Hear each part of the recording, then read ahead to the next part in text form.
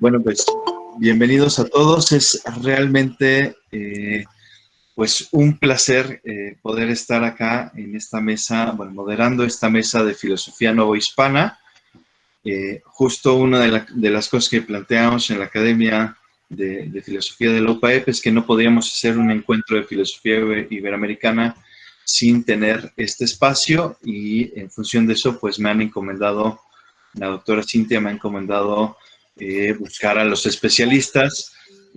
Yo tuve la fortuna de estudiar justo con la doctora Virginia Aspe, que pues es una de las especialistas más importantes en México de filosofía mexicana, bueno, en México y el mundo, porque, bueno, eso hay que decirlo. Y bueno, la verdad es que tenemos la fortuna de que también acá en Puebla tenemos a otro gran especialista, que es el doctor Juan Campos, que también es profesor de la UPAEP. Nos da algunas materias de lógica y de filosofía del lenguaje, y eso pues, la verdad es que nos ha enriquecido muchísimo en diversos aspectos. Y bueno, tengo también la fortuna de conocer personalmente a dos grandes amigos que son grandes especialistas en la filosofía novohispana y en la filosofía mexicana, que es la doctora Cecilia Sabido, que ahora está en la Autónoma de San Luis, y el doctor Luis Aarón Patiño, que también es un gran amigo y un gran colega de la UNAM. Bueno, y de la UAM, de las dos. Y de la De las dos. Las dos. Bueno, el día de hoy, bueno, ya lo decíamos en la mañana, tenemos una jornada algo pesada, pesada en el sentido de fuerte, porque la filosofía novohispana siempre es retadora, y pues tener a los especialistas siempre es un placer, ¿no? Yo quisiera empezar presentando a la doctora Virginia Aspe, cuya charla se llama El principio de la tolerancia religiosa en el Tratado de Único Vocationis Modo de Bartolomé de las Casas, una aproximación. La doctora Virginia Aspe tiene la cátedra de filosofía en México en la Universidad Panamericana. Es investigadora del Sistema Nacional de Investigadores de México, nivel 3, profesora de posgrados de la Facultad de Filosofía de la UNAM, miembro de la Junta de Gobierno de la Universidad Panamericana. Ha dirigido diversos proyectos de investigación, varios con fondos de CONACYT. Es autora de algunos libros como del Fondo de Cultura, de Conaculta, de la Universidad Autónoma de San Luis y otros lugares de Iberoamérica. Se especializa en la tradición aristotélica en la Nueva España, y es miembro de la Academia Mexicana de las Ciencias, si no me falla la memoria, y además, pues, tenemos el gusto de poderla festejar aquí, que hoy es su cumpleaños, pues, celebrando su cumpleaños, haciendo lo que ella mejor hace, que es hacer filosofía y filosofía novohispana. Doctora, muchísimas gracias por aceptar la invitación y le cedo la palabra. Muchas gracias, Roberto. Gracias, Ceci, Luis, Juan Manuel. Qué honor estar con ustedes y con colegas tan admirados y queridos como Wally, como Paniel y todos. No me quito más tiempo y entro directamente en tema. Fíjense que yo, un autor que menos había trabajado es Bartolomé de las Casas. Había trabajado alguna parte naturalista de él, pero como rastreó la tradición aristotélica y él es un autor más frontalmente escolástico y no, aunque tiene cosas muy importantes del Renacimiento como su vuelta a Cicerón, ya lo veremos, pues no es un autor que lo había trabajado mucho. Y últimamente he trabajado un tema sobre avaricia que me publicaron en Europa, y ahora estoy con el tema del principio de la tolerancia religiosa. Presenté la primera parte de esta investigación en la Universidad Católica de Argentina, y cuando me invitó Roberto dije, qué maravilla, porque quedé con ganas de hacer una segunda navegación, que es lo que presento aquí a ustedes. dándoles un poco de background de lo que presenté en la UCA para que sepan sobre el tema. Bueno, ¿por qué? Primero, ¿por qué me interesó la tolerancia religiosa en las casas? Bueno, antes de sus tratados filosóficos de 1552, Bartolomé escribió este texto muy anteriormente para respetar y aceptar otras creencias, otras tradiciones y para propiciar la paz. Es como el punto de partida, lo axioma de todo lo que va a venir después en él. Es decir, este es el texto que propone la regla de oro, que es la pluralidad de creencias, distintas maneras de fe, de opiniones, de tradiciones, incluso de no religiosidad, porque es el tema de la libertad de pensamiento, ¿no? Aún para tradiciones politeístas. Él tiene como antecedente, esto se los quiero platicar, el Islam, que en algún momento habían presentado el principio de tolerancia religiosa para gentes que no eran gentes del libro, y sobre todo Ramón Llull, Erasmo, y después de las casas Michel de Montaigne, que estoy trabajando la influencia, la recepción de Michel de Montaigne de las casas, porque es muy importante y ese es mi tema de investigación actualmente también. Bueno, él tiene esta impronta de la tolerancia y desde luego a Tomás de Aquino, ¿no? En su vida él vivió la expulsión de los judíos de España, se dice que Bartolomé trae una tradición judío-conversa, eso lo vemos también en muchos agustinos como Fray Alonso y es un tema poco explorado y definitivo para estos autores que estamos viendo. Y recordemos que la expulsión de los judíos por los monarcas españoles de 1492 a 1503, el Papa Alejandro VI los acogió en Roma.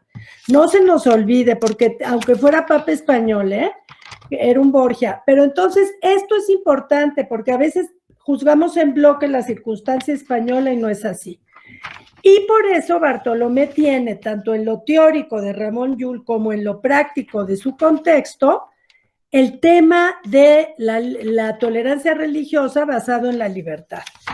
Ahora, es un planteamiento de tolerancia religiosa, y esto es lo que yo voy a plantear en la publicación que va a hacer Beto, es un planteamiento que es distinto a como lo recibe Michel de Montaigne en Francia, que es el que hereda a la Ilustración o del que beben los ilustrados franceses e incluso Locke el tema de la tolerancia religiosa moderna. Pero ojo, porque aquí está justo la grapa, que es lo que a mí me interesa. Bueno, ¿por qué es particular este tratado de único vocationis modo?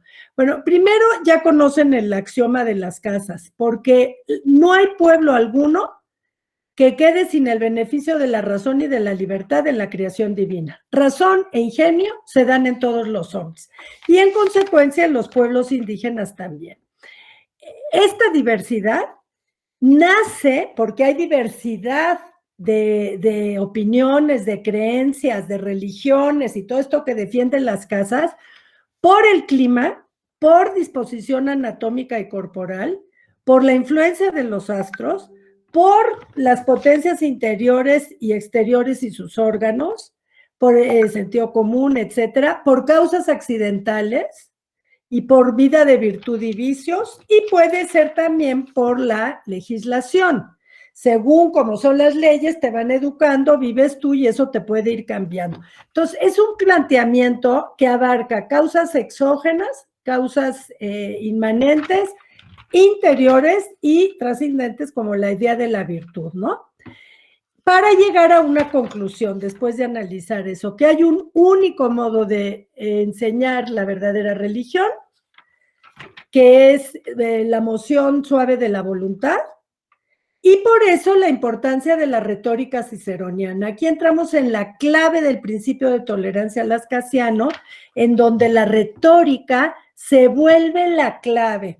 Fíjense cómo en la modernidad el principio de tolerancia se presenta como acto y como eminentemente voluntario. Y aquí lo que él está diciendo es que es una paideia, es una educación, porque se tiene que mover a la voluntad, pero esta tiene que ceder a que se dé un juicio práctico de la inteligencia, en donde hay toda una tarea educativa y continuada para que se logre la rectitud. Entonces, habla también de movimientos en los actos humanos, de la inteligencia y de cómo comunicar esto. Y habla de una capacidad natural en los seres humanos, en operación humana, en donde cuando asiente la voluntad, y ahí cita Aristóteles Física 2, diciendo que las criaturas se dirigen a sí mismo en los actos voluntarios y que no son causas extrínsecas ni pueden ser por coacción, pero que al final es una tarea de educar juicios intelectuales, que es lo que la modernidad no plantea, y que paulatinamente se vaya dando esta convicción, que no solo es ay, yo respeto y que cada uno lo que hago, que en eso acaba deviniendo la modernidad de pura neutralidad. Eso no es el principio de tolerancia, diversidad de opiniones en las casas, sino que cede a una formación racional importante y no solo volitiva. A mí me parece que este texto es un tesoro y que habríamos de recuperarlo para reflexionar sobre el principio de tolerancia religiosa de Locke y de la Ilustración francesa y para cómo se está planteando hoy día. Creo que ahí las casas es una grapa entre la tradición escolástica y la modernidad clave. Entonces, algunas cosas sobre el tratado. Me voy a ir rápido, Beto, para respetar el tiempo. Uno es que este tratado tiene un discurso sorprendentemente balanceado, equilibrado. No estamos frente a las casas iracundo, belicoso, apologeta. Dos, tiene una impronta aristotélico-tomista y las reglas clásicas de la retórica. Son las cosas que hay que destacar del tratado que acabo de decir, de qué compete, ¿no? Luego, tiene un marco teórico-filosófico basado en la epistemología aristotélica, de Ánima 5, Ética Nicomaquea 8:11 y de Cicerón sobre el orador 1:2 y 11:30, y en Tomás de Aquino, la Secunda Secundae, cuestión 10, artículo 9, y por cierto es el texto más citado en el periodo colonial en la Nueva España.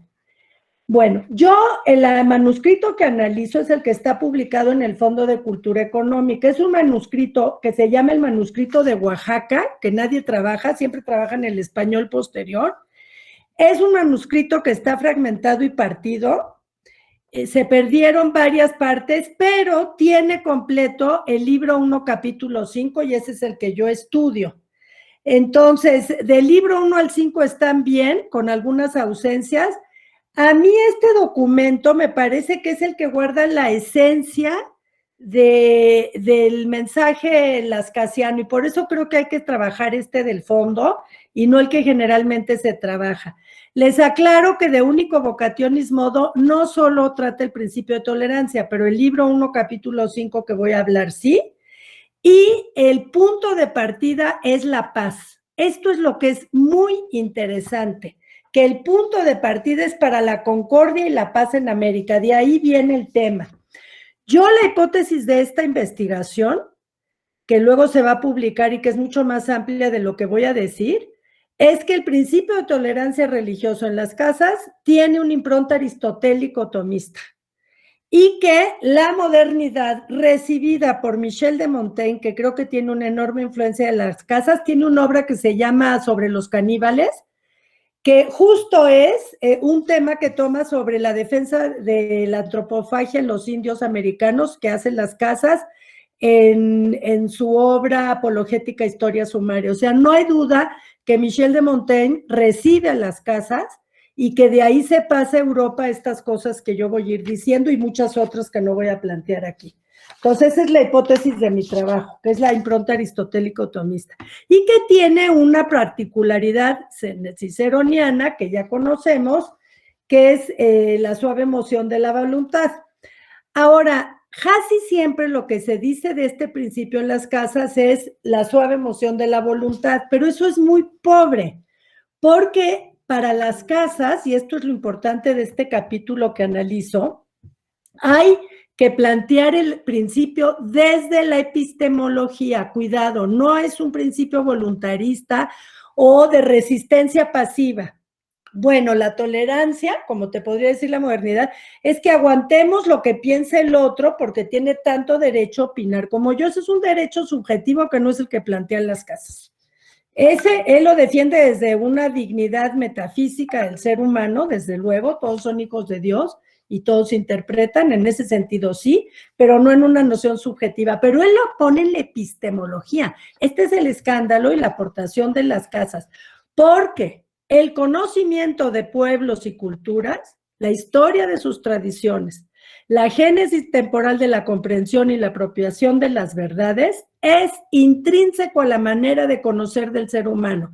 Y si la voluntad asiente, hay que después continuar con una tarea cognoscitiva, porque la aceptación voluntaria de algo no es definitiva. Hay todo un proceso intelectual, aquí está la grandeza de las casas, para consolidar el asentimiento de la voluntad. Entonces, esto es algo muy importante. Eso supone, tiene una tesis de que todos los hombres conocen de un mismo modo, pero en distintos contextos. Fíjense qué interesante, en distintos contextos. Así que hay un proceso de humanización civilizatorio en los pueblos, que finalmente a lo que va a llevar es acuerdos humanos, no a contratos, no a una idea rusoniana de que vamos a cabildearlo y a ceder unos con otros. No, aquí el fondo es la verdad, es una cuestión epistemológica. Menciona muy poco a las Indias de América, lo menciona solo en 3 ocasiones, no es un tratado apologético. Es un tratado de epistemología en este capítulo mencionado. Y ahí no tenemos nada de lo fogoso y de lo imprudente de las casas, que es por lo que a mí luego no me gustaba tanto estudiar, que me parecía muy, pues que se iba mucho del discurso filosófico, ¿no? Entonces, este libro 1, capítulo 5, se divide en 3 partes. En la primera da las razones para que haya un principio de tolerancia. En la segunda explica la persuasión como el único modo para la paz. Y en la tercera, las consecuencias que surgen, cuando no se cumplen estos lineamientos, que es violencia y guerra. El escrito consta de 19 artículos y el argumento epistémico del cual les he hablado, estoy checando mi tiempo y me quedan 5 minutos, ¿verdad, Beto? ¿O ya no? 5 minutos. El argumento epistémico que desarrolla el apartado es 1. La voluntad mueve las potencias del alma hacia sus propios fines ante un objeto y considera aceptable alguna razón. 2.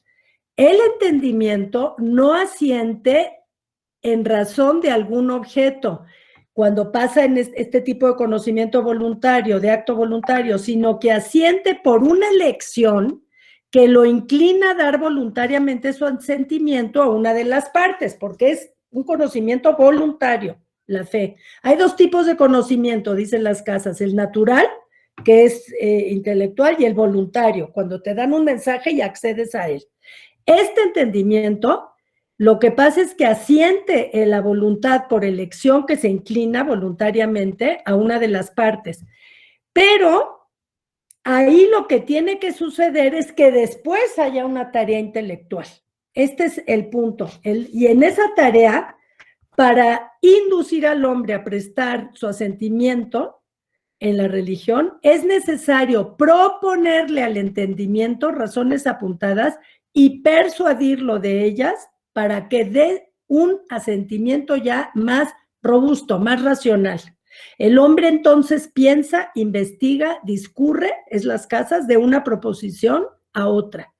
Si las cosas son en realidad como se le asegura que son, sea de la primera o de la segunda manera presentada, entonces ya tenemos la conclusión de un argumento ya intelectual, del índole práctica, es una verdad práctica.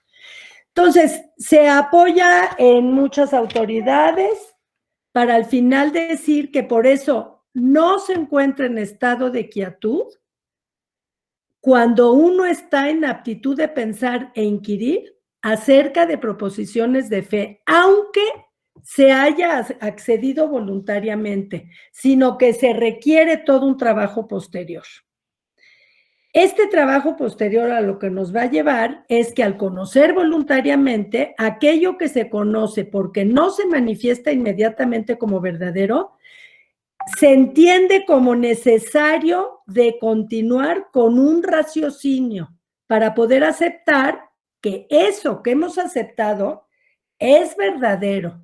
Ojo, aquí el principio de tolerancia ni es neutral, ni es exclusivamente voluntario, ni es indeterminado, que sería suspender la racionalidad, sería algo pues muy errado. Recapitulo. La propuesta epistemológica de los pasajes del texto es que para que el entendimiento crea, ya no la voluntad, se necesita que la razón raciocine libremente. Se requiere exención de inquietudes y perturbaciones por las pasiones, esa es otra. Se requiere un razonamiento que presente un objeto verosímil, certero. Se requiere, desde luego, que la voluntad sea libre de los actos, esa parte de las casas ya la conocemos muy bien, para que la voluntad pueda mandar, pero se requieren razones del entendimiento para lograr la adhesión. Este es el meollo. Porque la aceptación de la fe, cito, a pesar del asentimiento voluntario, nunca es pleno ni de golpe, sino que a lo largo del tiempo tiene que profundizar sobre otras verdades para asentarlas. Y entonces las casas habla de que es una tarea educativa, en el principio de tolerancia, que para eso se requiere siempre un maestro y que siempre toma tiempo y diversa preparación intelectual de las personas. Bueno, a mí me parece algo impactante, señores, porque el principio de tolerancia a la modernidad y actualmente lo planteamos como acto ya dado y definitivo en el seno de la voluntad, y lo que yo me encuentro aquí es algo mucho más razonable y creíble, que implica toda una tarea. Pues eso es, ojalá y quieran leerlo, está en el fondo. Muchas gracias. Muchísimas gracias, Virginia. Y a nombre de la UPAEP, pues te enviamos digitalmente, al menos ahorita simbólicamente, pero después te la enviaré por correo, esta constancia para reconocer la valiosísima aportación que nos has hecho. Y me permito cederle ahora la palabra a la doctora Cecilia Guadalupe Sabido Sánchez Juárez, cuya tema es la educación humanista en los príncipes novohispanos en la primera fase de la conquista. Me permito previamente hablar un poco de su currículum. La doctora Cecilia Sabido es miembro del Sistema Nacional de Investigadores, nivel 1, es miembro también de la Asociación Filosófica Mexicana, es licenciada en filosofía. Bueno, su tesis de filosofía fue Elementos de la argumentación poética en Aristóteles. Después hizo su doctorado, me parece que en la Universidad de Navarra, cuya tesis se llamó Acción y producción en la poética de Aristóteles, el mito como alma de la obra de arte. Y después realizó una estancia de postdoctorado sobre el aristotelismo en la Escuela Humanista de Salamanca en el siglo XV. Cuenta con distintas publicaciones, y bueno, ha sido docente en distintos lugares como el ITAM, como la Universidad Panamericana. Actualmente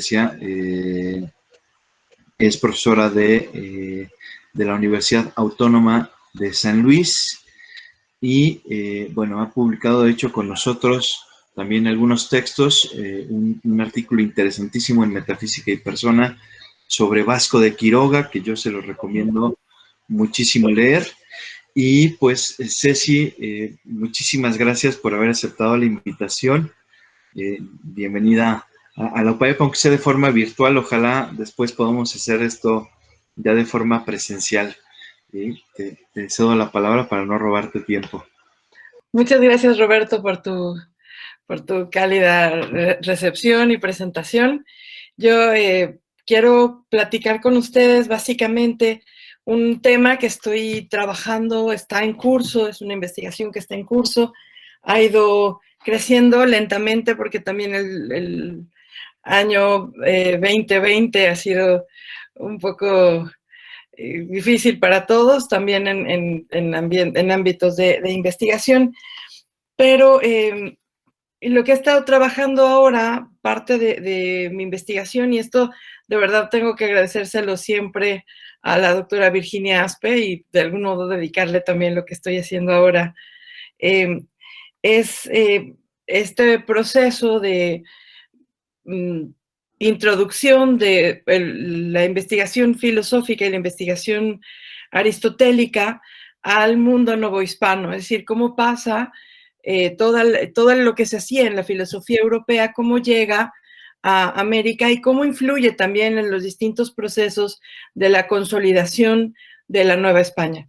Entonces, vemos que hay una impronta importantísima de un humanismo que es previo al de Vitoria y que está profundamente influido por la lectura y el trabajo de la política y la ética de Aristóteles, a partir de una serie de traducciones que no son las traducciones de Moerbeke, sino de Leonardo Bruni, o incluso de algunos autores de la misma época, al latín y al mismo español. Entonces, esto puede resultar muy, muy interesante cómo van influyendo algunos términos, los cambios de algunos términos, la recepción.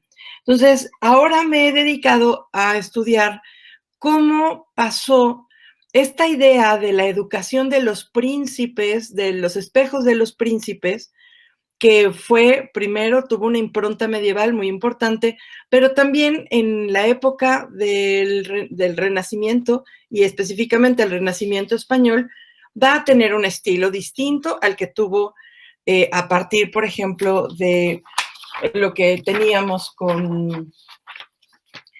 de lo que, bueno, podíamos tener con los textos o los principales autores de estos espejos de príncipes, ¿no? Como yo creo que el primero sería el Policraticus de Juan de Salisbury, y ahí, a partir de ahí, hay todo un estilo de exempla a partir de personajes bíblicos. Sin embargo, los espejos de príncipes en la época del Renacimiento son mucho más aterrizadas a la vida práctica de los jóvenes que serán formados. Y la idea de esta formación, y hacia donde quiero ir hoy, es que la idea es que el mismo príncipe sea ejemplo para el pueblo. Es decir, él debe convertirse en el ejemplo virtuoso para dar una pauta de conducta al pueblo en el que va a vivir.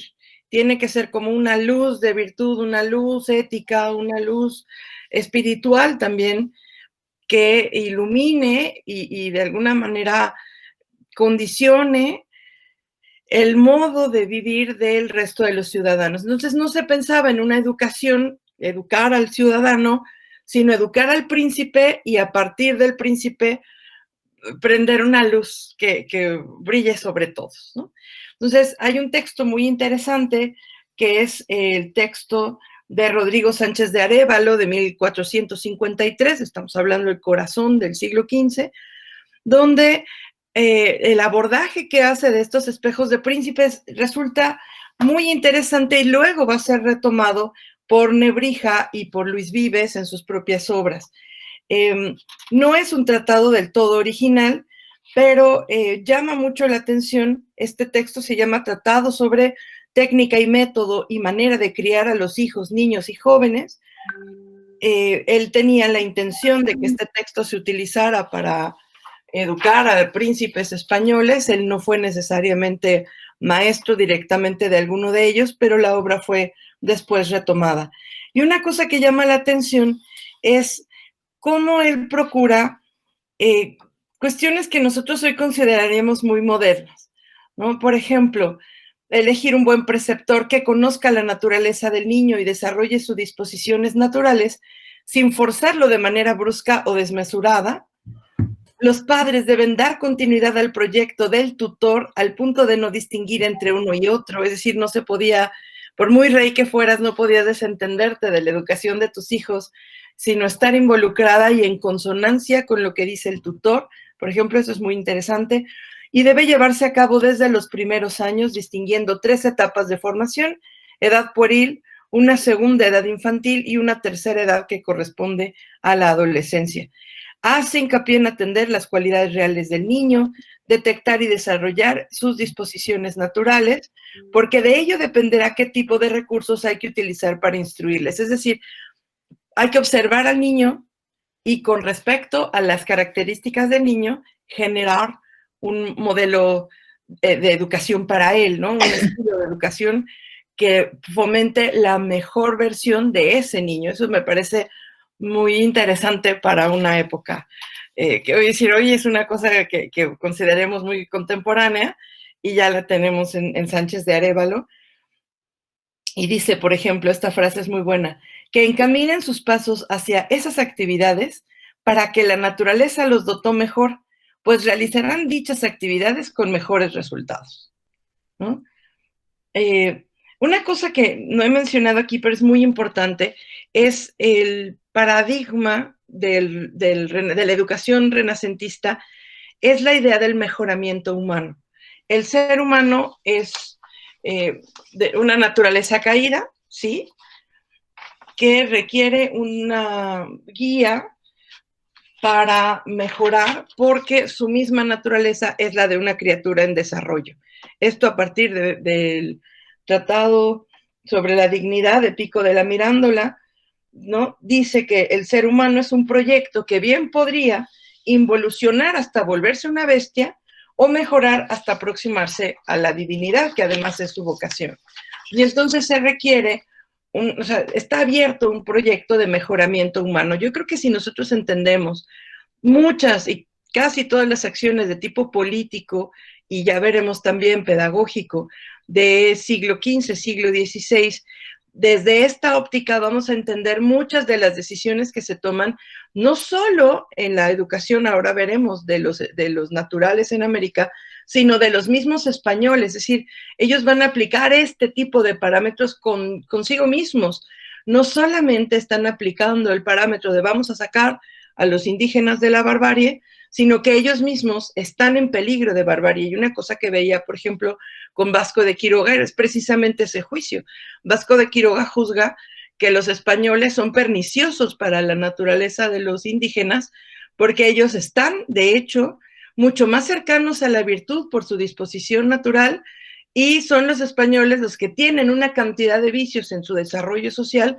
Hay que proteger a los indígenas con estas policías, estas ciudades que está formando, que van a evitar este contagio, ¿no?, con estos vicios de ambición, etc.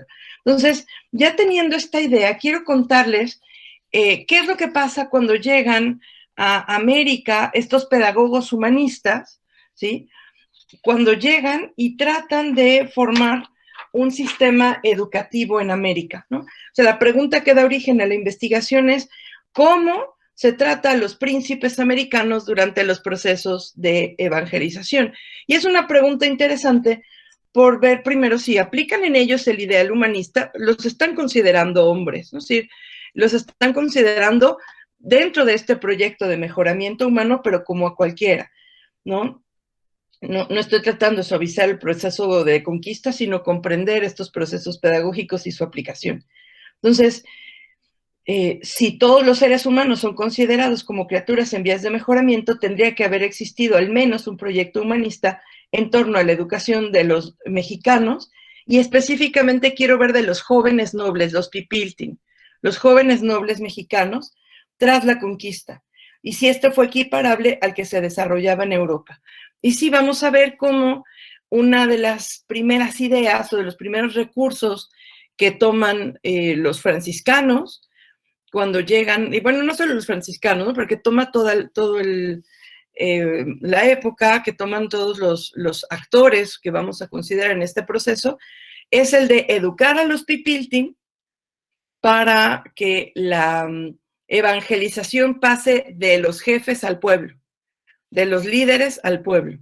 Y entonces van a establecer una serie de colegios. Pero en América hay una condición y hay una situación que no había en Europa. Y es que ya hay escuelas, de hecho hay una educación diferenciada y una educación muy dedicada en la sociedad náhuatl, la sociedad mexica específicamente, ¿sí? Entonces, esta educación, es decir, toda la vida comunitaria estaba permeada por un proceso diferenciado que comenzaba en casa, es decir, está todo organizado, de alguna manera coordinado, comenzaba en casa y después continuaba en el ámbito público. Los macehuales se iban al Tepochcali, ahí se desarrollan habilidades bélicas, participación en la vida religiosa mediante oraciones, rituales, danzas, organizaban fuerzas de servicio en obras públicas como construcción de diques, edificios, chinampas, es decir, hay toda una organización educativa con fines cívicos, que eso es muy propio también del humanismo, y luego los jóvenes desarrollaban también las actividades tradicionales de la familia y aprendían los respectivos oficios en casa. Es decir, hay toda una estructura para el pueblo común.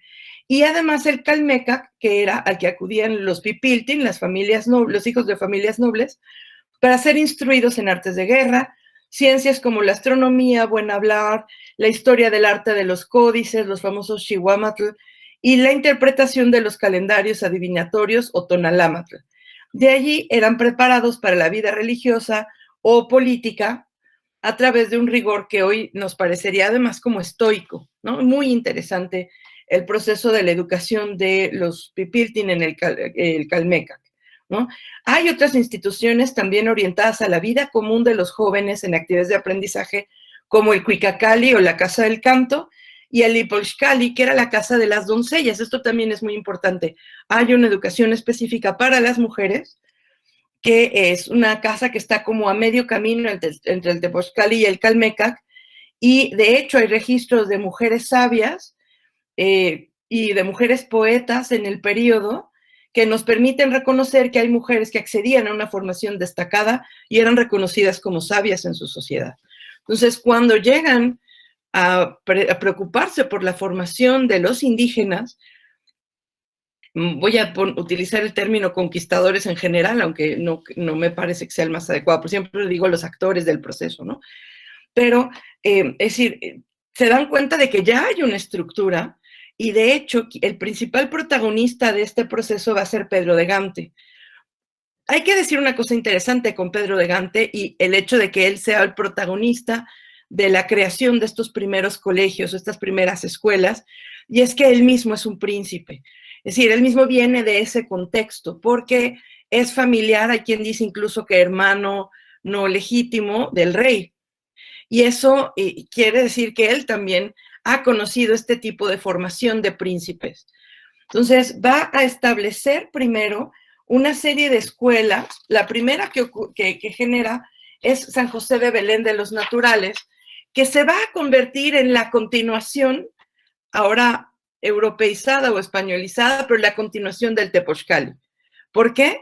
Porque allí van a dar clases para talleres, espacios de desarrollos prácticos, y se les va a enseñar, primero va a ser una escuela de primeras letras, en la que acuden jóvenes, no solo nobles, sino gente en común, y después ya se van derivando. Los que tienen mayor capacidad intelectual se van a ir después a un espacio aparte para tener una formación mucho más dedicada, que casi siempre son los pipiltin.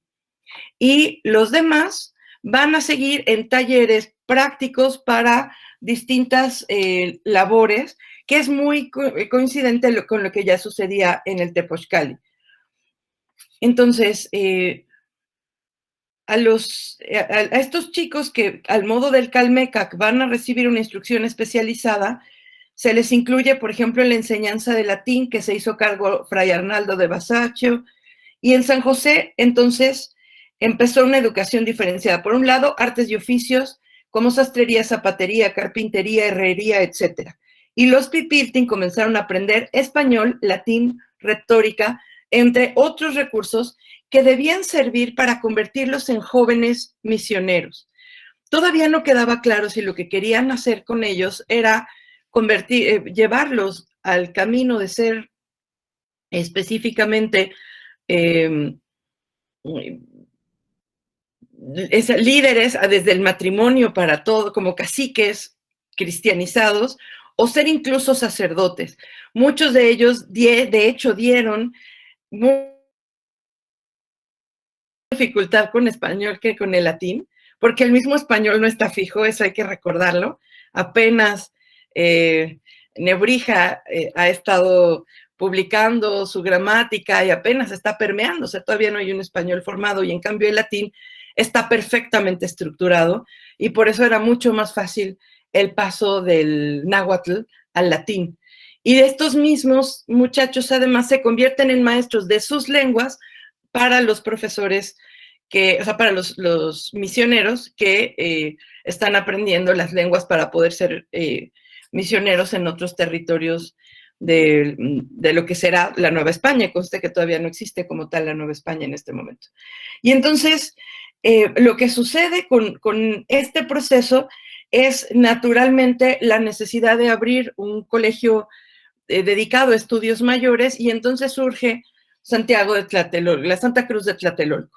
Lo que sucede en este proceso, voy a irme un poquito más rápido, nada más decir que también se abrió un colegio para mujeres, se trajeron de España a unas mujeres muy peculiares, no trajeron monjas, trajeron beatas, es decir, lo que vendría a ser como en el entorno del mundo de los, perdón, se me van las palabras, en el entorno de los Países Bajos, las famosas beguinas, ¿sí? Son mujeres, no son religiosas, viven en un estilo de vida religioso con algún tipo de voto, pero no son mujeres religiosas, ¿sí? Exacto, como son las beguinas, ¿sí? Y entonces ellas se van a hacer cargo de la educación de las mujeres y van también a diferenciar las hijas de los pipiltin, las princesas, ¿sí? Las mujeres nobles, porque de hecho muchas de ellas ya han sido casadas o convertidas en barraganas de los mismos generales y de los mismos conquistadores, de los mismos militares, y por otro lado están todas las mujeres que son viudas, huérfanas, que han sido desposeídas por la misma guerra de conquista, y entonces van a abrir también un hospital. La primera institución más o menos que tiene nombre en este proceso, aunque ya se había abierto un espacio para ellas en la escuela de Texcoco de Pedro de Gante, antes de San José del Belén de los Naturales, se abrió una escuela que se llamaba el Retiro y Beaterio de la Santa Madre de Dios. Esa fue como la primera institución, ¿sí? Entonces es muy interesante también cómo estas mujeres, después van a ser famosas. Hay una de ellas que se llama, déjenme les busco aquí el nombre, porque tengo aquí todos los apuntes en todos lados. Una de ellas, por ejemplo, va a ser María Bartola Ixhuetzcatocatzi, que va a ser una noble indígena. Viene ella de Iztapalapa y se recuerda como cronista y se hace cargo del archivo real de la ciudad de Texcoco. Entonces, es muy interesante cómo también hay mujeres que destacan en este proceso y que van a tener un papel principal. Lo siguiente que habría que decir es que todo este proyecto maravilloso no duró más de 30 años. Todo este proyecto que implicaba la incorporación, porque además los mismos jóvenes tenían muchos conocimientos que no tenían los maestros españoles, por ejemplo, en medicina, y ellos se volvían maestros en estas instituciones, tanto en San José de Belén de los Naturales como en la Santa Cruz de Tlatelolco, enseñan sus propias prácticas. Esto va a ser, por supuesto, una fuente inagotable de trabajo para Bernardino de Sahagún, que va a tomar el proyecto y va a tratar de mantenerlo a pesar de todo lo que estaba ocurriendo, porque, como les digo, a los 30 años este proyecto se viene para abajo. ¿Por qué? Porque estos jóvenes tan avanzados, muchos de ellos no quieren ser sacerdotes, quieren seguir adelante, quieren casarse, y quieren pues guiar a sus pueblos, y entonces se van de nuevo como caciques, sí, caciques de influencia, pero uno de ellos va a tener una influencia terrible. Su nombre es Don Carlos Chichimecatecutli o Metochti. Y lo que pasa con este fantástico señor es que se revela a todas las enseñanzas y le va a dar entonces, de alguna manera le va a dar la razón a un gran crítico de todo este proyecto educativo, que es un dominico llamado Fray Diego de Betanzos.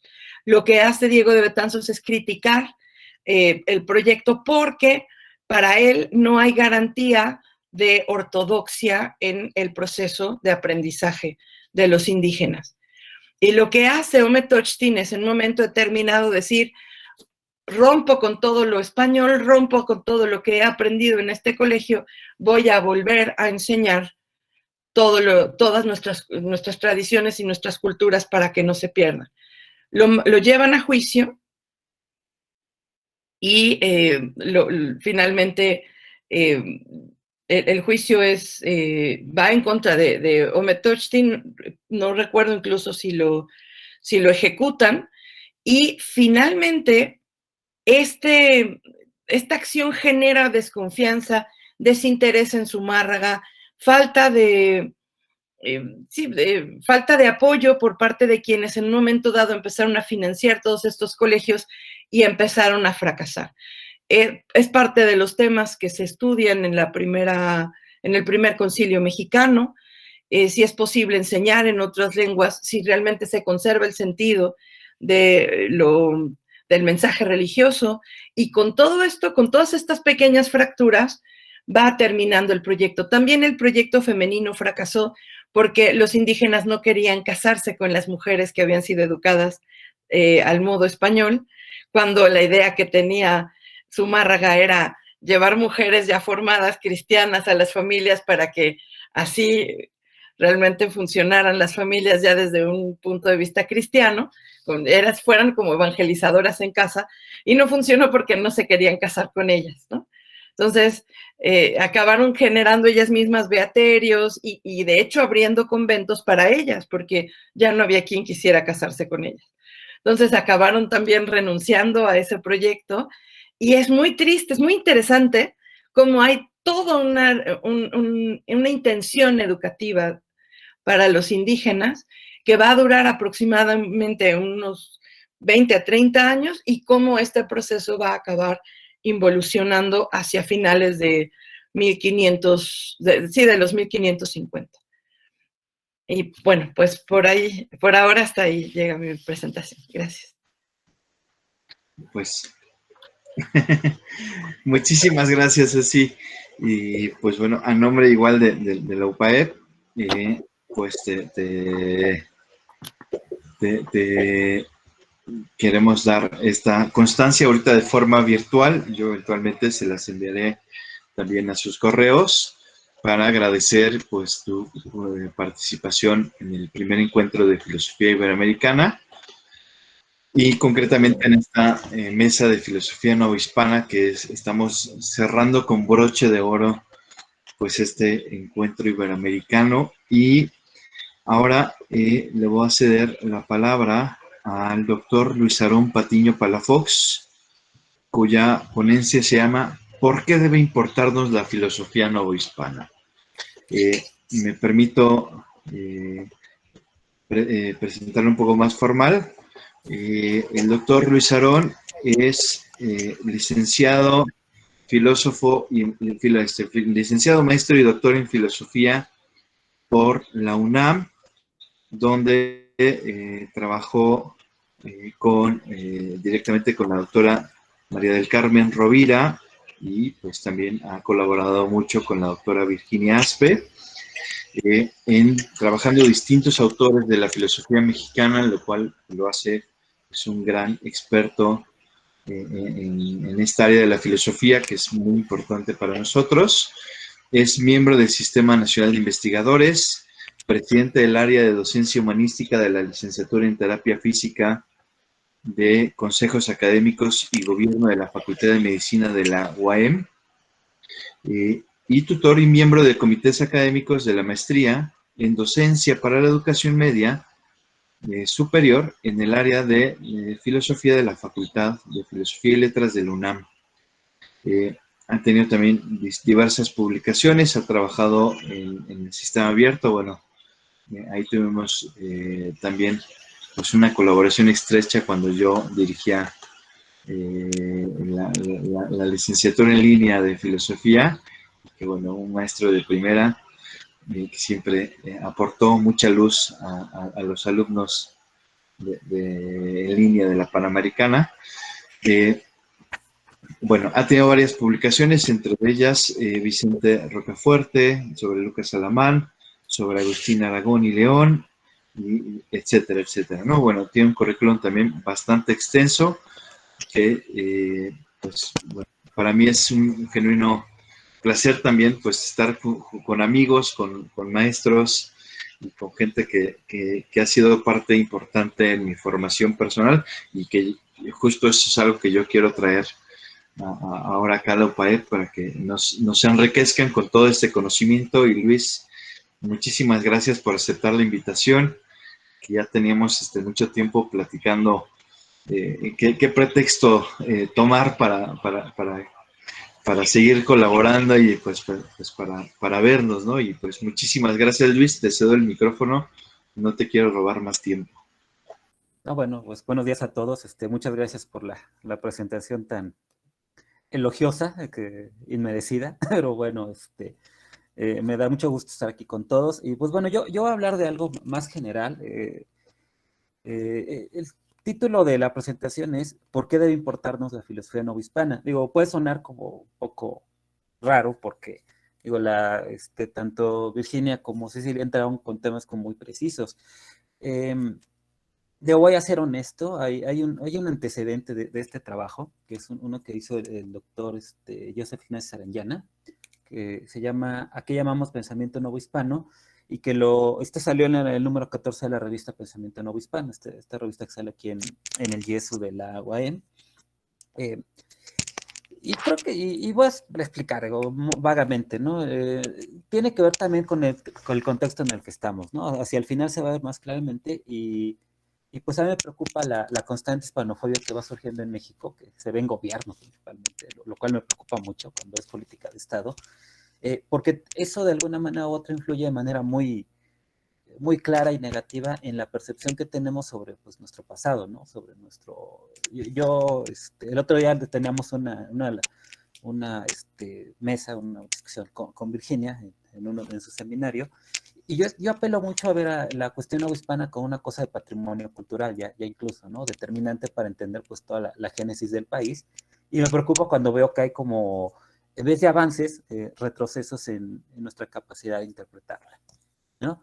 Yo sé que evidentemente no es en el grupo de estudiosos, porque si hay algo que he aprendido con los años que llevo en la filosofía, y es que el grupo, lo decía muy bien hace rato Roberto, ¿no? El grupo de investigadores de pensamiento novohispano, yo creo que es una de las escuelas más sólidas, más ricas, más multidisciplinarias y, como lo dice, más retadoras. Y yo creo que es de las más fuertes en general, pero siempre ha trabajado un poquito como por debajo, ¿no?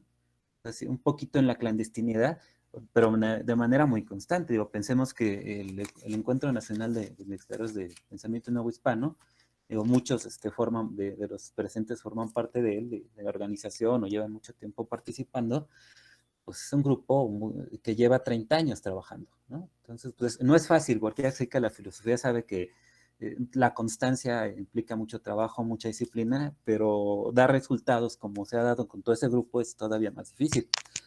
Entonces, bueno, con esto voy a entrar al tema, ¿no? Comienzo.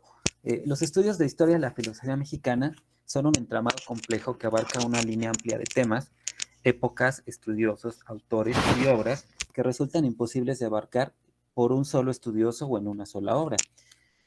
Cuando nos referimos a este concepto, estamos hablando de la producción filosófica hecha en nuestro país, con la insistencia en lo que nuestros propios representantes han hecho en la producción personal o como producción personal.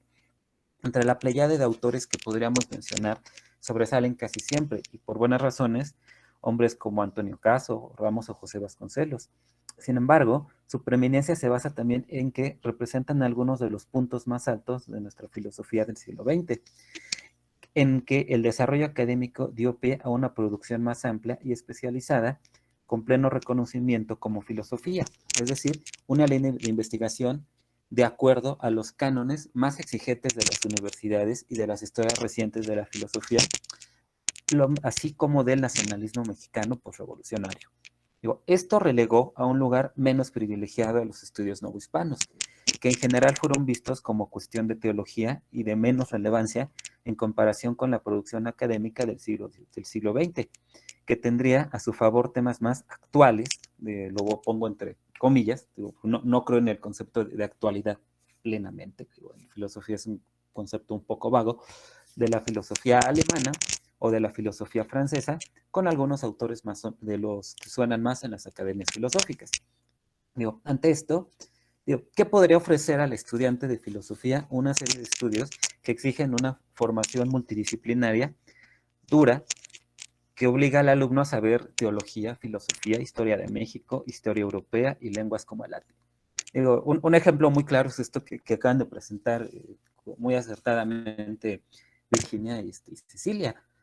Lo que encontramos es una exposición excelente que integra cuestiones de humanismo en Europa, humanismo español, ¿no? De historia de América, de historia de la evangelización, ¿no? Sumemos a esto el hecho de que pues, la relación más directa, y creo que aquí va el núcleo, ¿no?, de toda esta discusión, el hecho de que la relación más directa de la filosofía novohispana se daría con la filosofía española, tradición que en la misma historiografía europea no ha sido vista como prioritaria, siendo objeto de discusión su lugar dentro de la historia de la filosofía, ¿no? No sorprende, ¿no?, que incluso en la misma España hayan tenido que hacer el proyecto en España y Latinoamérica hayan hecho el proyecto de la Red Iberoamericana de Filosofía, justo tratando de encontrarle un sitio al pensamiento en español, ¿no? Ahí hay un problema historiográfico pues muy fuerte, ¿no? Esa interrogante es como las anteriores, a las que trataré de responder de manera muy sucinta en esta participación, desde las que dividiré en tres grupos, ¿no? Tres razones principales, que son razones filosóficas, razones históricas y razones culturales de por qué debería importarnos la filosofía novohispana. Voy a empezar con las históricas. Desde el punto de vista de las razones históricas, la Nueva España es el antecedente directo de lo que es el México independiente, e incluso, como entidad política, tuvo una existencia más larga que la de nuestra actual nación, y por lo tanto ha marcado de manera determinante cuestiones como la división territorial, el lenguaje, la religión y la cultura del país.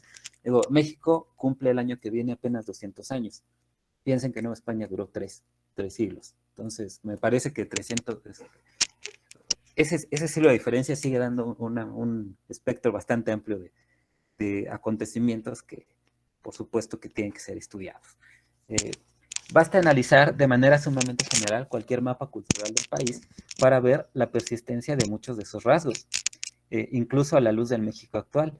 No obstante la modernización por la que el país ha ido transitando con mayor o menor éxito desde hace 2 siglos, la cual, me parece, nunca llegó a ser lo bastante plena como para borrar los elementos que claramente vienen de la cultura novohispana e incluso prehispánica, que están a la base de nuestra nación, como lo hizo evidente el siglo XIX con sus intentos de dejar atrás el pasado virreinal para convertir a México en una nación moderna en la línea de los proyectos liberal, positivista y revolucionario que marcaron la vida nacional.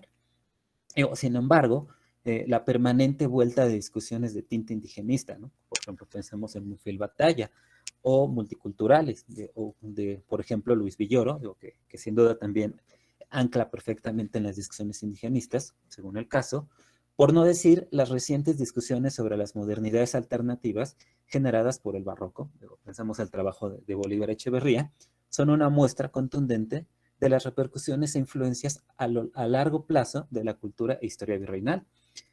Mención aparte merecería, para mí, el historiador filósofo Edmundo Gorman, autor aparte de especial, ¿no? Lo tendríamos que subrayar y resaltar, como les digo, subrayar con negritas y letra grande, Edmundo Gorman, autor de algunas de las reflexiones más sólidas sobre la relevancia de lo novohispano, tanto en lo cultural como en lo político, en su proyección hacia el México independiente. Bien podríamos decir que todo conocimiento mínimo sobre el pasado de nuestro país debe pasar en algún momento por el estudio de la Nueva España. A ello, debemos señalar que el mundo virreinal no puede entenderse sin la fuerte relación con España y por ende con Europa durante los 3 siglos en que se triangularon la economía, la cultura, el lenguaje y la política de 4 continentes a partir de una red emanada del Imperio Español que alcanzaría con Felipe II su culminación como decían el imperio donde no se ponía el sol. Nueva España, lejos de ser la colonia de un imperio decadente, que es como nos lo ha pintado la historiografía moderna, formó parte de uno de los experimentos políticos más complejos de la historia, abierto por el descubrimiento y conquista de América, que se convertiría en el laboratorio para nuevos proyectos políticos, culturales, religiosos e incluso filosóficos que dieron lectura sobre ella, que iban desde lo milenarista. Pensemos, por ejemplo, en el caso de algunos franciscanos que llegaron a América,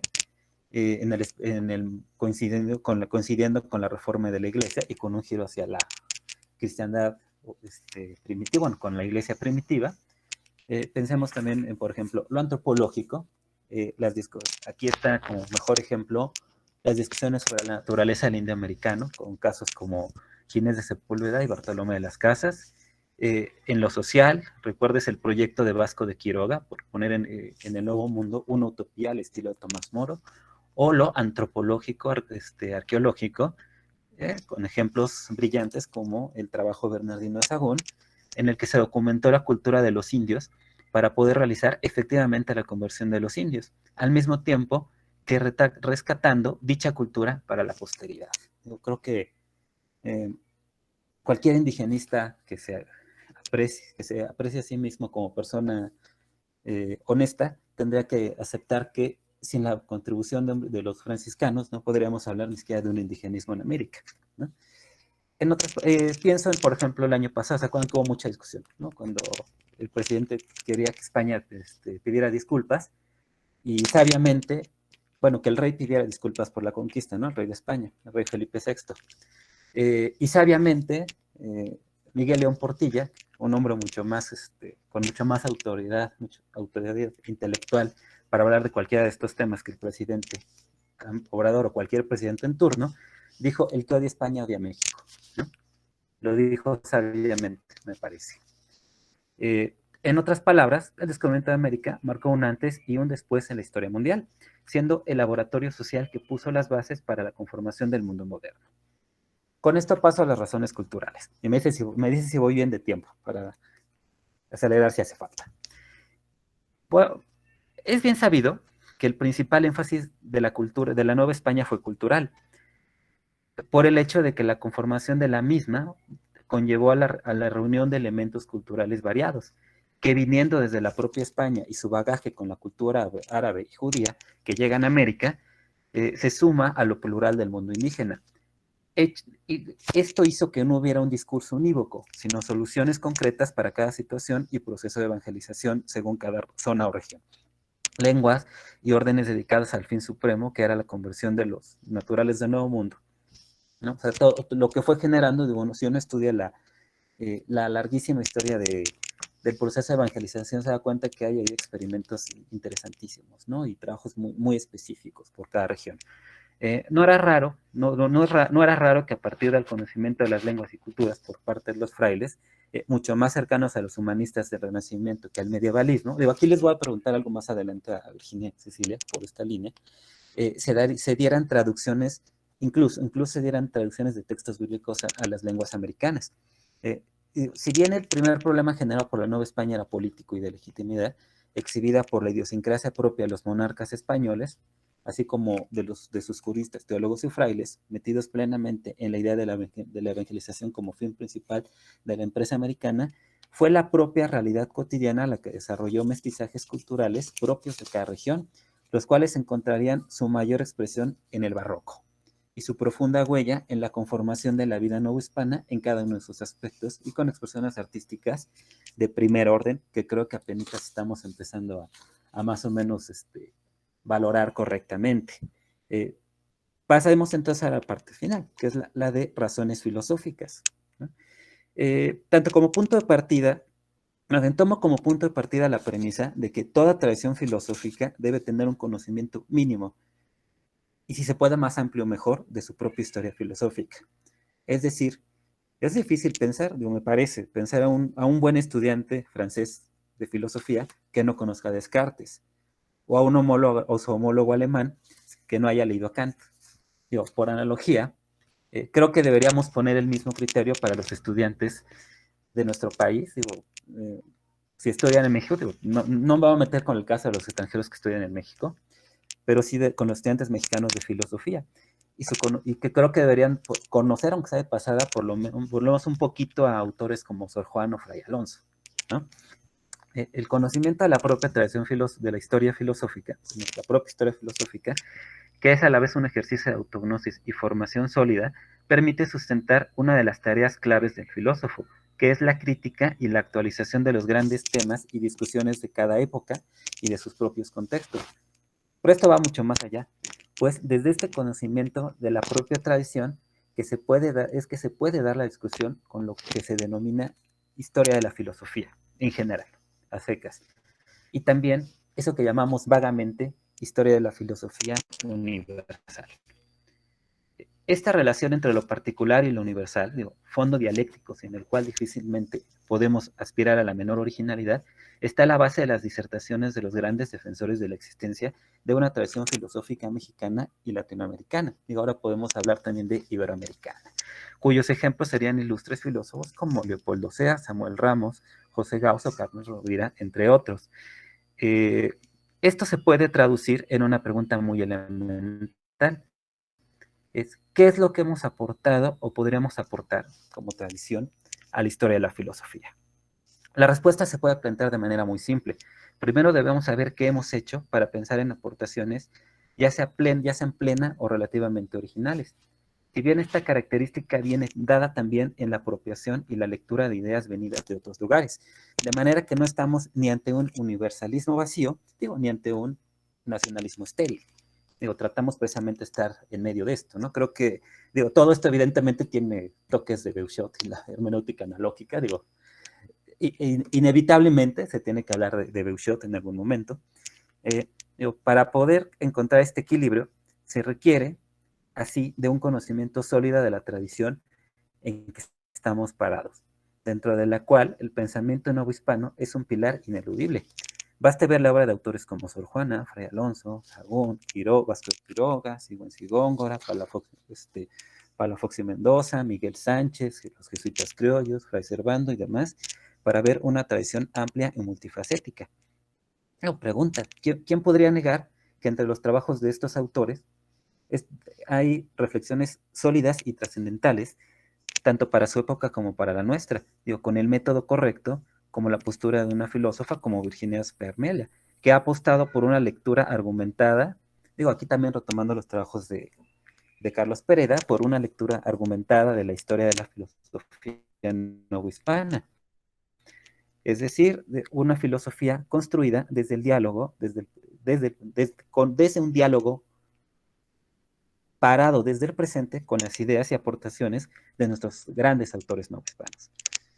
En el fortalecimiento de los estudios novohispanos, nos jugamos la consolidación de una filosofía mexicana entendida a mayor cabalidad y con el conocimiento de sus grandes autores y debates con algunas corrientes europeas. Pensamos en el debate clavijero con De Pau, ¿no? En el gran choque del barroco novohispano con la modernidad ilustrada, ¿no? Pero aún antes, es un conocimiento de nuestra tradición, de sus grandes historiadores, que han jugado un papel enorme, aunque poco reconocido, en la formación de nuestra idea de filosofía mexicana. Aquí hay que ser un poco más crítico también con la propia historiografía de la filosofía mexicana, ¿no? Que en general ha puesto un poco como en segundo nivel a un novohispano, me parece que en detrimento de sí misma, ¿no? Pongo como problema, ¿no? ¿Cómo no valorar los aportes de historiadores de la filosofía? Pues como Valverde Telles, Miguel León Portilla, Bernabé Navarro, Méndez Plancarte, Beuchot, Samuel Ramos o Carmen Rovira, que creo que son algunos de los principales novohispanistas que tengo en mente. Pero más aún, la revaloración del pensamiento novohispano solo puede darse, y es donde quiero cerrar, porque es la parte que me importa más, sino una revalorización de la Nueva España como un periodo clave para la historia de nuestro país, más allá de la hispanofobia, que, cual paradoja permanente, ha marcado la conciencia de nuestra nación desde el siglo XIX, y a partir de la disputa entre criollos y cachupines, dio nacimiento a nuestro país. Sumado al indigenismo histórico y su poderosa narrativa presente en el criollismo, a la hispanofobia decimonónica y al discurso del mestizaje heredero de la Revolución, la Nueva España, mal llamada colonia, ha pagado la factura de rencores históricos con poco fundamento, pero sistemáticamente resucitadas, incluso hasta nuestros días, a partir del discurso de la memoria histórica y la hispanofobia oficial que desde inicios del nuevo gobierno ha encontrado oídos afines. Vemos peticiones de disculpa sobre hechos centenarios que, sin cuestionar su lado crudo, marcaron de manera definitiva el surgimiento de América como entidad histórica. ¿Cuál es el sentido y posibles consecuencias de esta visión que busca ajusticiar al pasado? La pretensión de justicia histórica, que tiene un valor incuestionable, oculta la incapacidad de asumir la historia nacional como un proceso específico, con sus valores y visiones de mundo concretas, así como con aspectos sin los cuales no serían comprensibles más allá de nuestras apreciaciones contemporáneas sobre ellos. Nueva España fue tan americana y criolla como española. Por lo tanto, representa un patrimonio cultural de primer orden para nuestro país. Basta pensar en la síntesis cultural que fue el criollismo, base de la nacionalidad mexicana, a pesar del triunfo político liberalismo y sus pretensiones de ruptura histórica con la arraigada tradición novohispana. El conocimiento de esta etapa es clave para la verdadera autognosis de nuestro país. Con esto ya voy a entrar a la conclusión. Me parece por esto, entré a un tema muy general, tiene muchos matices, apenas lo voy a acabar de aterrizar. Más ampliamente, porque a lo que le estoy tirando recién, ya con más fuerza en los últimos años, que ahora es un trabajo ya más bien de corte historiográfico, pero me parece que la parte de revalorización de Nueva España es determinante para construir como de manera mucho más, ¿cómo decirlo?, lograda, mucho más equilibrada y más justa, pues, esta cosa más grande que llamamos la historia de la filosofía en México, y que creo que debería ser, pues, pilar de nuestros estudios, y estar a la par, ¿no?, en la formación, y sin la cual me parece, pues, no vamos a entender ni dónde estamos parados, ¿no? Entonces, pues, bueno, si saben, esto es una apuesta por una revisión historiográfica y crítica de cómo hemos hecho la filosofía en nuestro país. Y pues bueno, muchas gracias. Muchísimas gracias, Luis. Y igual, a nombre de la facultad, pues agradecerte la participación y en breve, pues comentarte que en breve te llegará esta constancia como reconocimiento de esta plática que sin duda es muy necesaria hoy en día, hacer toda esta revalorización y seguir aprendiendo todo esto que se ha venido diciendo en esta mesa. Ya también a ti, Luis, al contrario.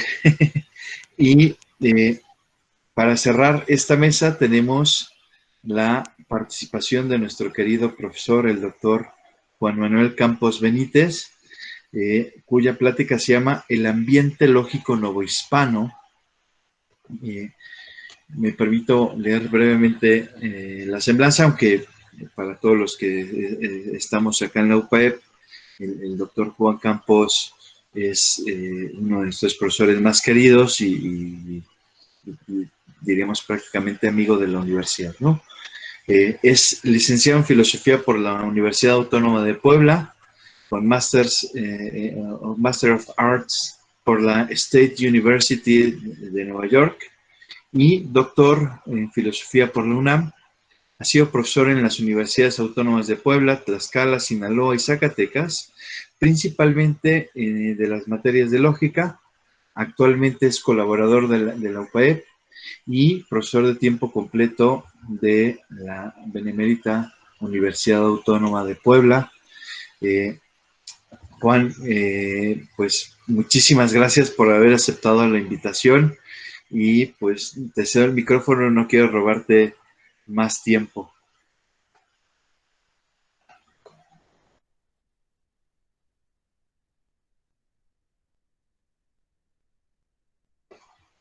Juan, no sé si el micrófono está apagado, déjame. Perdón. Ok, muchas gracias por invitarme, ¿no? Miren, voy a entrar al grano, ¿no? El ambiente lógico, ¿no? Claro que no es solamente lógico, sino filosófico, pero tampoco solamente filosófico, sino también teológico. Y bueno, quiero hablar más bien de, bueno, el ambiente de Mercado y Alonso, ¿no? El ambiente del que salen, sí, también, sí. Por lo cual me tengo que remitir a principios de siglo. Miren, creo que es muy importante esto, ¿no? Los lógicos que trabajaron, estudiaron, enseñaron en París. En París, en la escuela de Monteagudo, en la escuela de Beauvoir, en varias escuelas, ¿no? Es un ambiente que me recuerda un poquito el ambiente del París que conoció Juan de Salisbury.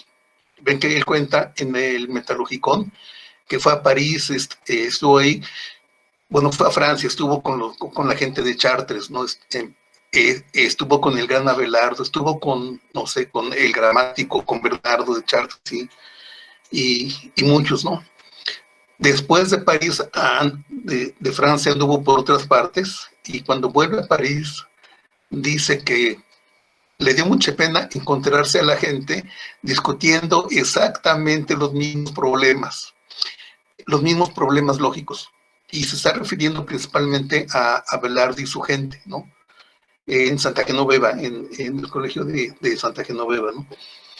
Este ambiente me recuerda mucho el ambiente del París del siglo XVI. Eso, tanto en la universidad como en varias escuelas, ¿no? Bueno, y entro ya, ¿no? A comienzos del siglo XVI trabajan en conjunto lógicos españoles y lógicos escoceses bajo la dirección de John Mayer. Mayer murió en 1550, ¿sí? Miren, voy a dar nombres de lógicos y el año de su muerte, porque me parece importante para lo que luego voy a decir, ¿no? Jennifer Ashworth habla de un grupo de escoceses, franceses y un buen número de españoles. Primero Soto. Soto ya es muy conocido, ¿no? Soto murió en 1560. ¿Sí? Soto, un tal Pierre Crocardo, Pedro de Bruselas, 1514. Soto y Pedro de Bruselas eran tomistas, aunque estaban en un ambiente nominalista, pero eran tomistas ellos, desde París. Mayer estuvo más de 30 años en París, estudió en París y enseñó en el colegio de Monteagudo, desde 1505 hasta 1517. ¿Sí? Se puede hablar de un grupo de una escuela hispano-escocesa. Sí, Brodie, un historiador de esta época, habla, menciona entre los escoceses a Héctor Boese, murió en 1536, David Cranston, 1512, George Locker, 1547, Robert Galbraith, 1544, bueno, y hay más, ¿no? Entre los españoles, Jerónimo Pardo fue maestro de John Mayer. Murió en 1505, ¿no?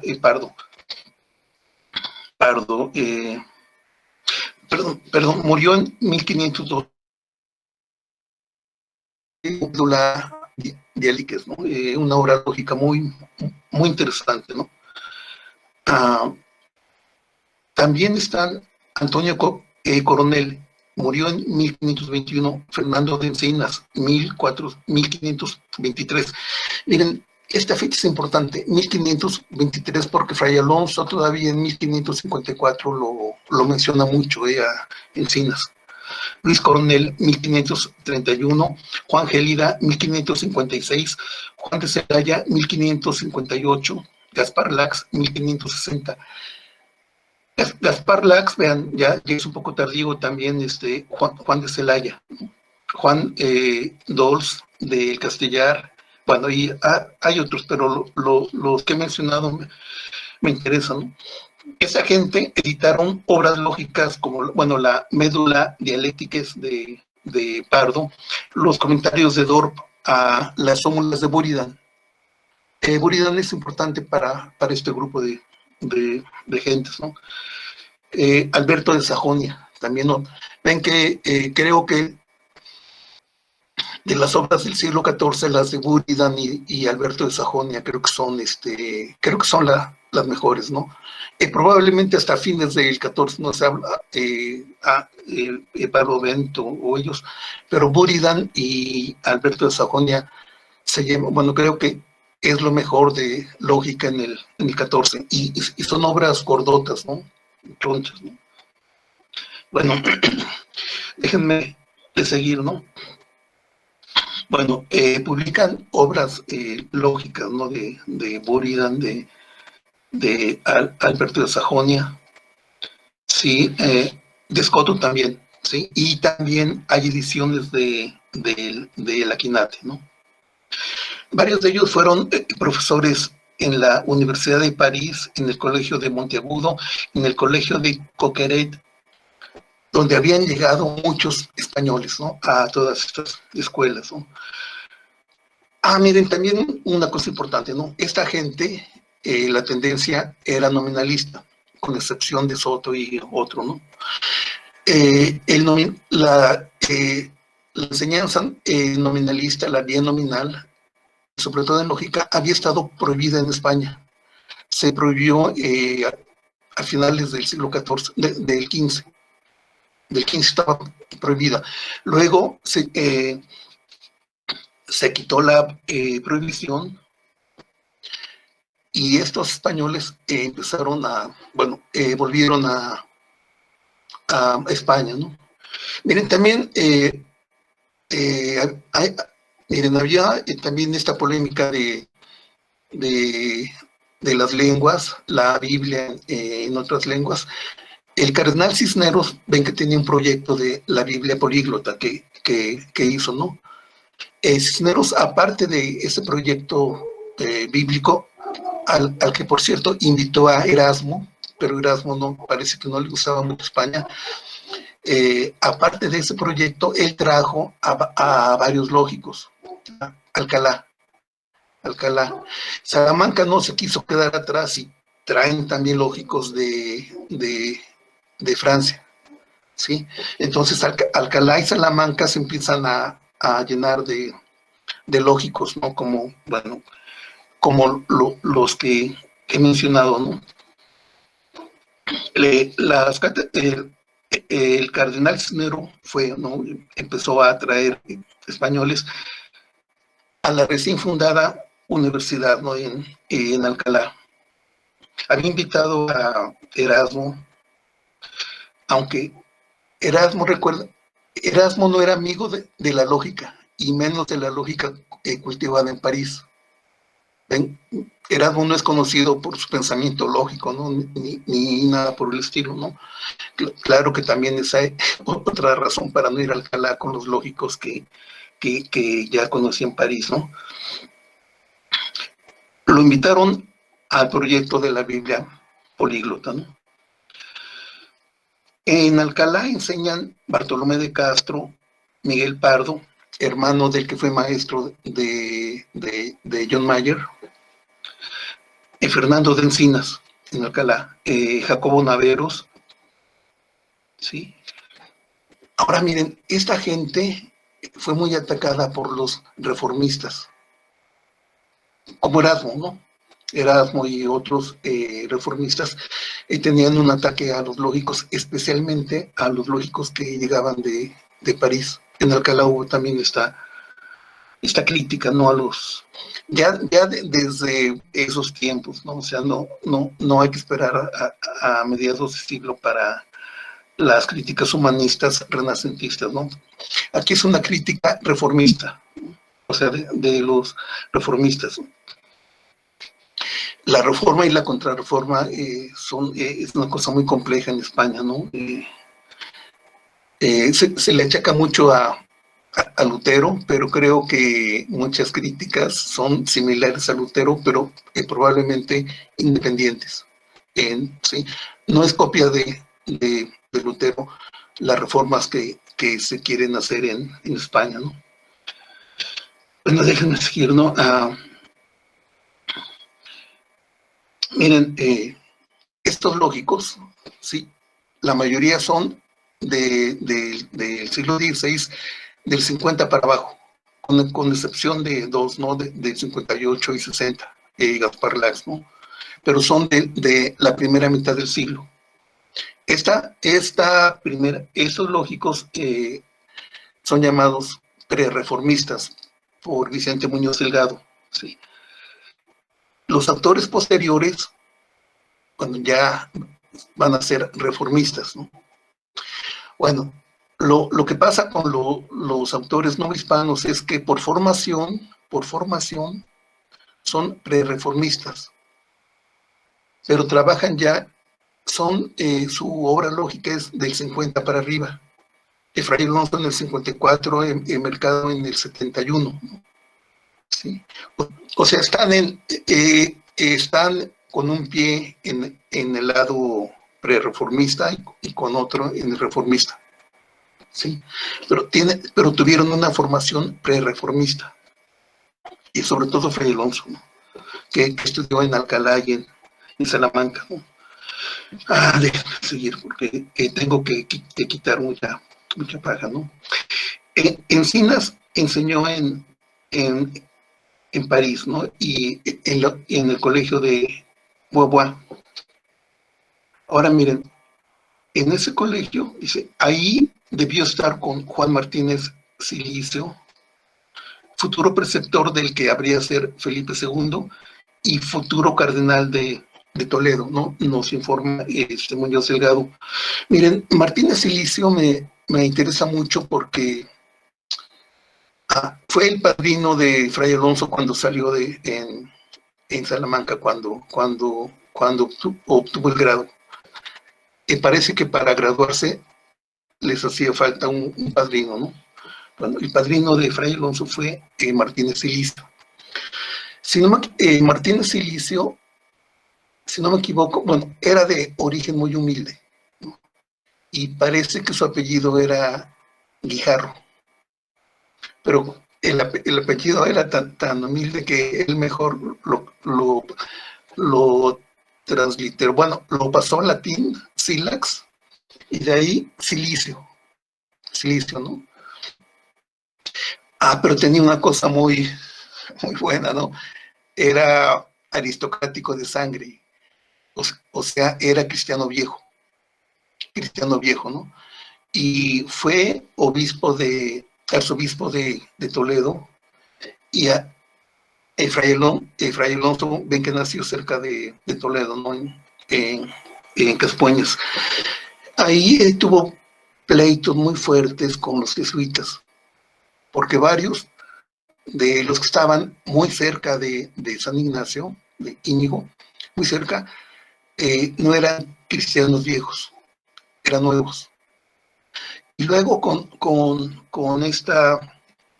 por esta época estaba la predicación de el apóstol de Andalucía, que era Juan de Ávila, creo que ya es santo, Juan de Ávila, que tampoco era cristiano viejo. Y luego el arzobispo de Toledo tenía miedo, ¿no? No le gustaban los cristianos nuevos, ¿no? Y probablemente veía que se podrían asociar los jesuitas con la gente de Juan de Yepes. Juan de Ávila. Juan de Yepes es San Juan de la Cruz, no. Juan de Ávila. Y la unión no cuajó, pero hay cartas, está en la historia hay un documento de esa época. No cuajó la unión entre jesuitas y el tipo de misión que hacía Juan de Ávila. Era misionero, pero en España, es el apóstol de Andalucía. Creo que quería evangelizar sobre todo a los árabes, musulmanes, ¿no? Pero bueno, Martínez Silicio está en esa polémica, ¿no? Contra los cristianos nuevos, ¿no?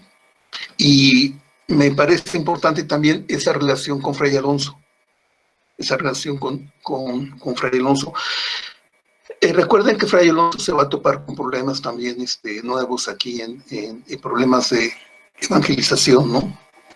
Y problemas que en algún momento van a implicar derecho canónico, ¿no? Bueno, y derecho también de otro tipo, ¿no? ¿Ven? Y prueba de eso es su espejo de los casamientos o espejo de los cónyuges, no sé, ¿no? Pero ese ambiente, de alguna manera, está aquí también en México, ¿no?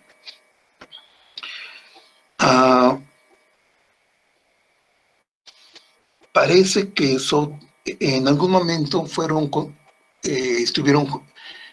condiscípulos Soto y Encinas en París, ¿no? En París, ¿no? No, perdón, Encinas, bueno, no, Martínez Silicio fue condiscípulo de Soto en Alcalá. Fue maestro en la Complutense en 1522. Silicio, ¿no? Encinas muere al año siguiente, en el 23, ¿no? Sí. Miren, una cosa muy interesante que a mí me parece un poco, bueno, para algunos que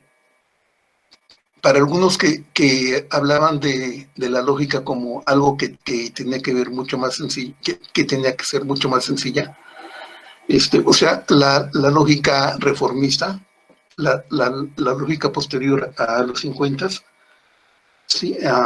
Encinas tiene una lógica fuerte, muy, muy buena, ¿sí?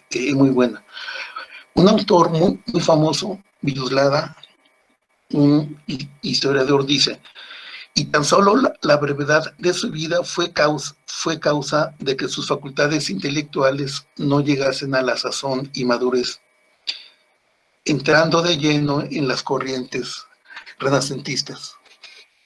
Esa simplificación de la lógica, ese recorte de contenidos lógicos y de otro tipo, porque no eran solamente recortes de lógica, sino también de temas como la generación y la corrupción, temas que pertenecen a la física. Bueno, esos recortes, Villoslada los ve como madurez, ¿sí? Dice, y dice que Encinas, porque murió joven, no pudo llegar no pudo llegar a ser un lógico renacentista. O sea, casi dice que no pudo llegar a renegar de la lógica que tanto cultivaba, ¿no? Y que tanto enseñó, ¿no? Bueno, de París también llegaron Alonso de Córdoba, Domingo de San Juan, Pedro Margallo, Martínez Silicio, sí, ya dije. Silicio volvió a España en 1517, o sea, en Salamanca. Sí, en Salamanca, donde estudió también Fray Alonso, ¿no? El agustino Alonso de Córdoba fue maestro de Alonso en la cátedra nominal, ¿sí? Y también su padrino, Martínez Silicio, el cardenal de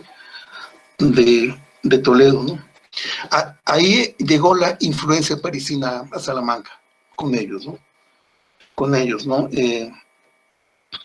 Y bueno,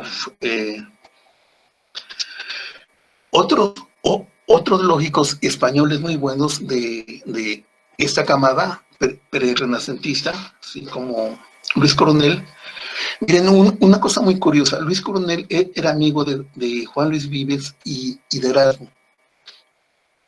Sí, es una cosa curiosa que Juan Luis Vives, y sobre todo Vives, ataca mucho a los dialécticos, pero mucho, pero tenía amigos entre ellos, ¿no? Sí, Luis Coronel era amigo de Vives y Erasmo. Gaspar Lax, que también es de esa gente que estuvo en París, fue maestro de Pedro Ciruelo, Juan de Celaya, y maestro de Vives también. Una cosa interesante, Gaspar Lax es de la época de la lógica fuerte, dura. Vives ataca mucho a esta lógica, ¿sí? Pero curiosamente tiene un diálogo, Vives tiene un diálogo en donde uno de los personajes es Gaspar Lax. En ese diálogo, Vives se pregunta en dónde se puede encontrar la sabiduría, ¿no?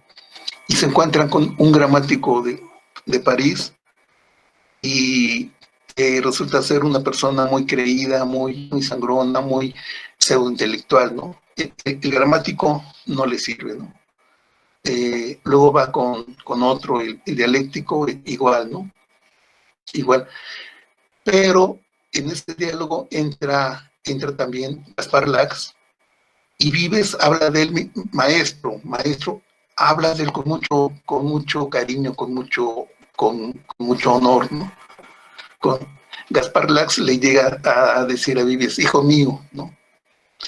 Y dicen que lo más cercano al sabio, ahí es Gaspar Lax. Claro que se encuentran con un monje ermitaño que está lejos de las escuelas y con él está la sabiduría, pero antes dice, lo más cercano al sabio es Gaspar Lax. Cosa curiosa porque Vives ataca a la lógica pre-renacentista, pero en este diálogo, uno de esos lógicos es su maestro, ¿no? Es una cosa curiosa. Tengo una especie de conjetura para explicar esto, ¿no? A la que voy a volver al final, ¿no? Bueno, también, miren, otra cosa muy importante, también por París pasaron Calvino y Lutero, y probablemente también por la escuela de Monteagudo, pero por lo menos por la Universidad de París, sí, ¿no?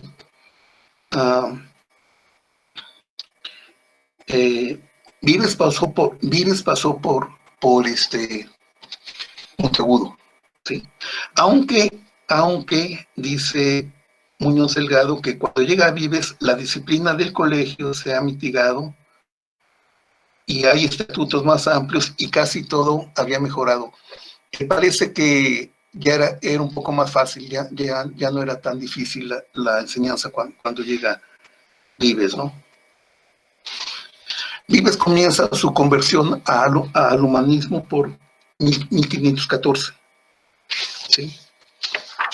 Miren, también otra cosa también importante, también en la escuela de Monteagudo había corrientes humanistas fuertes también, ¿no? O sea, lo que me gusta de la escuela de París es esa convivencia entre humanistas y lógicos escolásticos de la vieja guardia, digamos, ¿no? Sí, de la vieja guardia, ¿no? Sí, Lax, ¿no? Me llama mucho la atención. Lax murió en 1560. Vean, o sea, no, es un lógico, pero no tanto como los anteriores que murieron antes de 1550, ¿no? Ok, bueno, miren, es en parte el ambiente lógico, ¿no? Pero claro que hay que tener muy en cuenta el ambiente humanista y probablemente el ambiente erasmista. Erasmo tuvo mucha influencia, aunque creo que la tuvo principalmente no sé, de 1530 para arriba. Sí, claro que después los erasmistas fueron perseguidos, hay un montón de gente erasmista, por ejemplo, Soto, en algún momento lo llaman a Salamanca para que dictamine como teólogo las ideas de un tal Juan Gil. Juan Gil venía de Sevilla, donde había un grupito de sacerdotes con ideas reformistas, aunque los acusaban a veces por una parte erasmistas, pero también de otras cosas que estaban pegando mucho en la época. La palabrita es una rara, iluminismo, ¿no? Pero los iluminados, los alumbrados, los dejados, ¿sí? Soto dictamina en Salamanca, y parece que no fue muy duro en su dictamen, ¿no? Y Juan Gil, no, por lo menos no llegó a la cárcel, ¿no?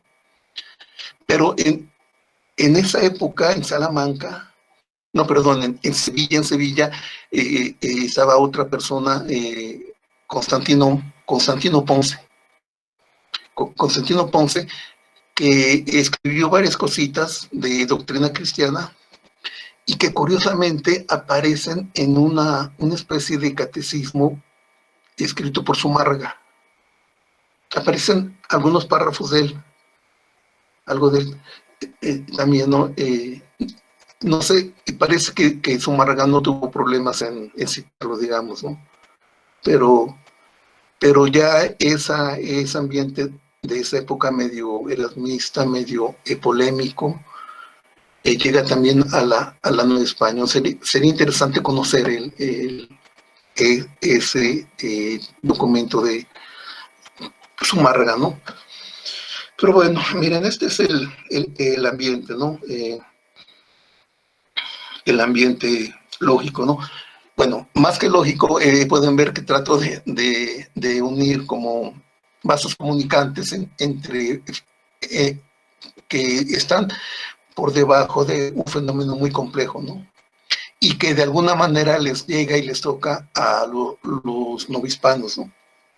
Bien, ahora voy a pasar a otra parte ya más lógica, filosófica, ¿no? Miren, una cosa, no sé cuánto tiempo tenga. Sí, apenas un par de minutillos para poder dejar espacio a preguntas. Okay, bueno, en relación de Aristóteles, ¿no?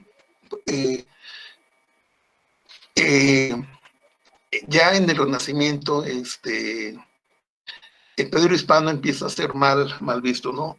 Tomás Morner dice que todo lo bueno que hay en Pedro Hispano, ¿sí?, lo sacó de Aristóteles.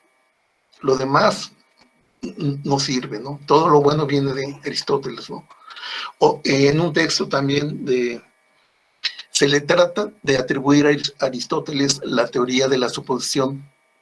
Dicen, la simple está en tal parte de Aristóteles, la material aquí y allá, ¿no? Bueno, en los novohispanos hay un reconocimiento explícito, ¿no?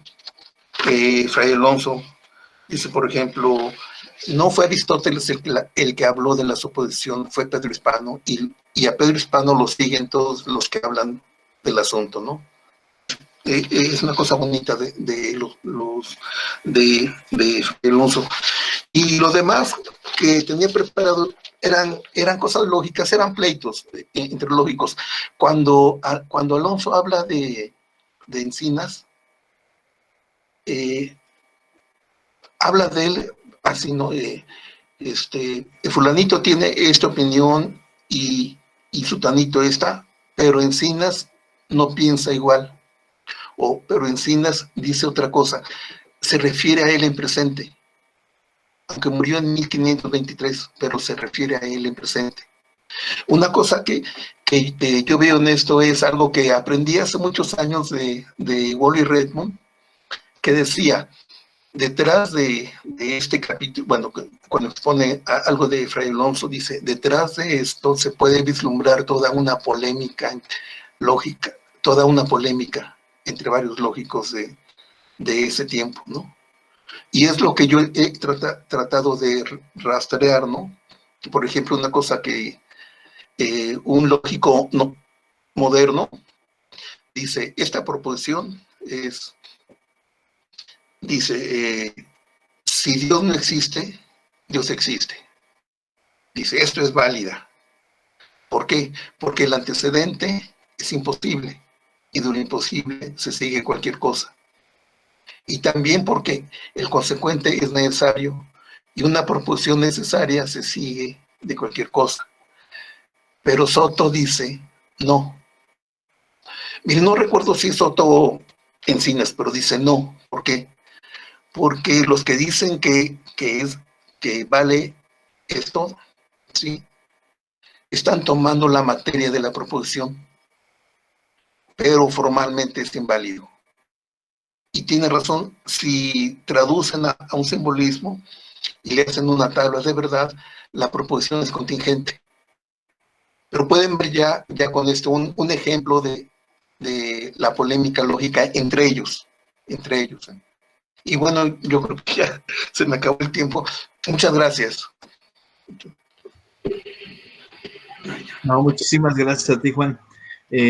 Y pues también a nombre de la facultad, extenderte esta constancia que en breve te llegará también a tu correo para reconocer el trabajo que haces aquí.